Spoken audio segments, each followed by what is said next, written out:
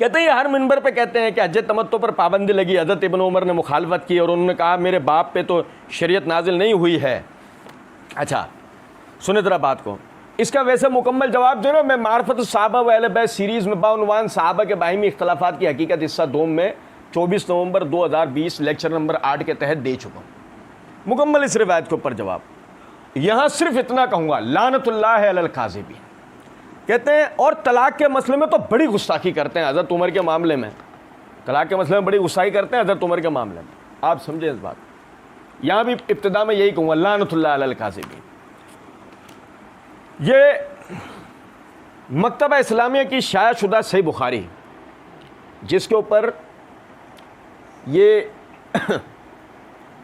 तर्जुमा और शरा मोहम्मद दाऊद राज इंडिया के अहले हदीसों के आलिम हैं, ये जिल्द नंबर 7 का सफ़ा नंबर 30 के ऊपर ये कहते हैं सही मुस्लिम की तलाक के मसले के हवाले से एक रिवायत पर बात करते हुए कि हदीस मुस्लिम की सेहत मालूम करने के बाद इस हदीस में दोनों हुक्म बयान किए गए हैं।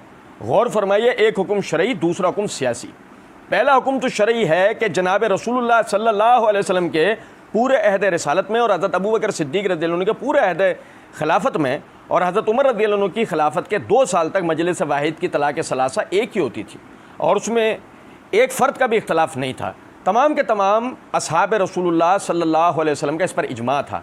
दूसरा का हुक्म इमज़ाउ सलास यानी 3 तलाक़ को 3 करार देने का है। यह हुक्म बिल्कुल सियासी और ताज़ीरी है, यह हुक्म बिल्कुल सियासी और ताज़ीरी है और उसकी इल्लत भी हदीस में मौजूद है कि लोग उजलत करने लगे इस अमर में जिसमें अल्लाह ताला ने उनको मोहलत दी, तो फिर सज़ा के तौर पर यह हुक्म नाफिज कर दिया, तो फिर सज़ा के तौर पर यह हुक्म नाफिज कर दिया। और यही नहीं बल्कि उसमें मज़ीद इजाफा फरमाया कि ऐसे लोगों को जो बेक वक्त 3 तलाक़ें इस्तेमाल करते थे कोड़े लगवाकर मियाँ बीवी में तफरीक करा देते थे। चुनाचे मोहल्ला में अल्लामा इब्न हज़म रहमतुल्लाह अलैह ने बासराहत इसको लिखा है। नीज़ इस हदीस में हज़रत उमर रज़ियल्लाहु अन्हु के कबल और बाद दोनों ज़मानों का अलग अलग तामुल भी नज़र आ जाता है और यह भी मालूम हो जाता है कि अहद रिसालत से लेकर हज़रत उमर रज़ियल्लाहु अन्हु की खिलाफत के 2-3 साल तक बिल इत्तिफ़ाक़ सहाबा किराम रिज़वानुल्लाह अलैहिम अजमईन एक तोहर की 3 तलाक़ एक ही होती थी और इसी पर इजमा सहाबत है। इख्तलाफ दर हकीकत शुरू खिलाफत उमर रज़ियल्लाहु अन्हु के 3रे साल के बाद हुआ जब उन्होंने सियासी और ताज़ीरी फरमान का निफाज फरमाया और हुक्म दे दिया कि जो कोई एक तोहर में 3 तलाक़ें देगा उसे 3 मानकर हमेशा के लिए तफरीक करा दूंगा और यह हुक्म पूरी तरह नाफिज कर दिया गया। मैंने पूरा पैराग्राफ इसलिए पढ़ के सुनाया है कि उमर रज़ियल्लाहु तआला अन्हु के हवाले से शेख दाऊद राज जो हैं उन्होंने पूरे इस हुक्म की बात कर ली। कहाँ उमर रज़ियल्लाहु अन्हु की गुस्ताखी की उन्होंने? कहीं भी नहीं। उसके बाद आगे देखें, ये शेख मुफ्ती मुबशिर अहमद रब्बानी साहब की किताब आपके मसाइल और उनका हल, इसकी जिल्द नंबर 1 का सफ़ा नंबर 376-377 है।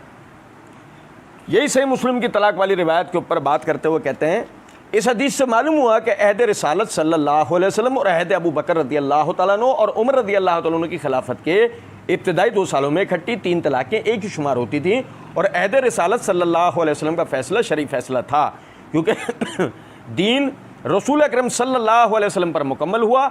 आप सल्लल्लाहु अलैहि वसल्लम के बाद किसी शख्स पर वही नाजिल नहीं हुई और ना हो सकती है।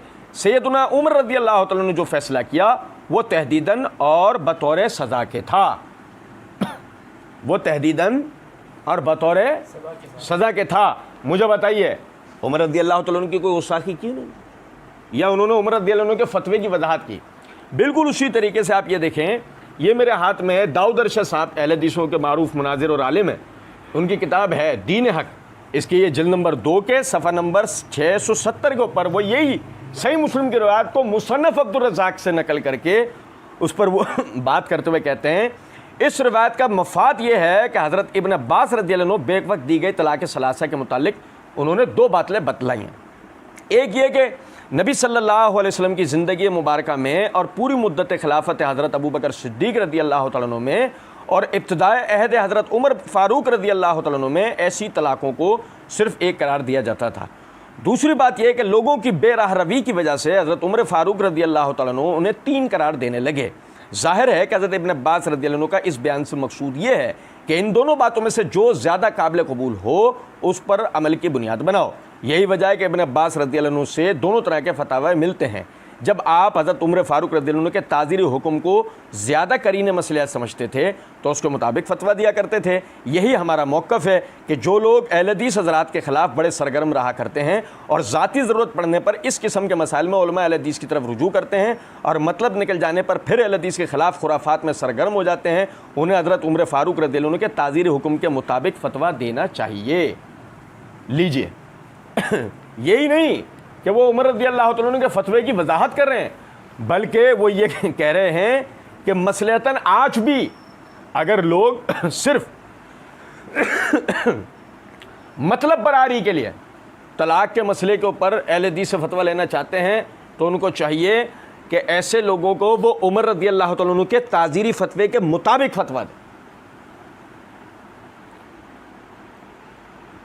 उमर रज़ियल्लाहु अन्हु की नाफरमानी या गुस्ताखी तो दरकिनार, वो ये तक कह रहे हैं कि अगर करीने मसलहत समझें तब जहां पर मतलब बरारी वाले लोगों को देखें वहां उमर रज़ियल्लाहु अन्हु के फतवे के मुताबिक फतवा दे दें। बस मिर्जा जी के लिए यही कहेंगे, लानतुल्लाह अलल काज़िबीन, झूठ बोलने वालों पर अल्लाह की लानत होती है, जैसे कि अल्लाह ने कहा है। तो हम ये कहते हैं कि हज़रत उमर की गलतियां क्यों आप बयान करते हैं? अच्छा, वो हदीस मुस्नद अहमद से बयान करते हैं कि इब्न अब्बास को किसी ने कहा कि अबू बकर उमर का ये कौल है। उन्होंने कहा मैं तुम्हें हदीस सुनाता हूँ और तुम जो है वो अबू बकर उमर का कौल बताते हो, करीब है आसमान से पत्थर नाजिल हो पड़े। तो ये हज़रत अबू बकर उमर को नबी सल्लल्लाहु अलैहि वसल्लम के मुकाबले पे जो खड़ा करते हैं इस तरीके से, ये खुद कर रहे होते हैं। बहरहाल ये मुस्नद अहमद की रिवायत पे हम पहले भी अल्लाह के फजल करम से बात कर चुके हैं। मिर्ज़ा जी क्या है कि अपनी कई भी बातों के रट्टे मारते रहते हैं, मिर्ज़ा जी को इसके अलावा और तो कुछ आता नहीं है, तो मिर्ज़ा जी रट्टे मारते हैं। तो बाद मरतबा हम भी जो है ना वो यानी जवाब दोहराते जाते हैं ताकि एक जो ना एक याददाश्त में बात रहे। ये मुस्नद अहमद जल्द नंबर 2 है, सफ़ा नंबर 383 है, हदीस नंबर 3121 है। इब्न अब्बास रज़ियल्लाहु अन्हु के हवाले से वही रिवायत जो मिर्ज़ा जी ने कहा सिवाय उस एक जुमले के। कहते हैं कि एक मरतबा उन्होंने फरमाया कि नबी अलैहिस्सलाम ने हज्ज तमत्तु किया है। उरवा बिन ज़ुबैर रहमतुल्लाह अलैह कहने लगे हज़रात शेखैन तो इससे मना करते रहे। हज़रत इब्न अब्बास ने पूछा उरवा क्या कह रहे हैं? लोगों ने बताया कि वो कह रहे हैं कि हज़रत शेखैन तो इससे मना फरमाते हैं। तो हज़रत इब्न अब्बास रज़ियल्लाहु अन्हु ने फरमाया लगता है कि ये लोग हलाक होकर रहेंगे। मैं कह रहा हूँ कि नबी अलैहिस्सलाम ने फरमाया और ये कह रहे हैं कि हज़रत अबू बकर उमर ने मना किया। ये रिवायत।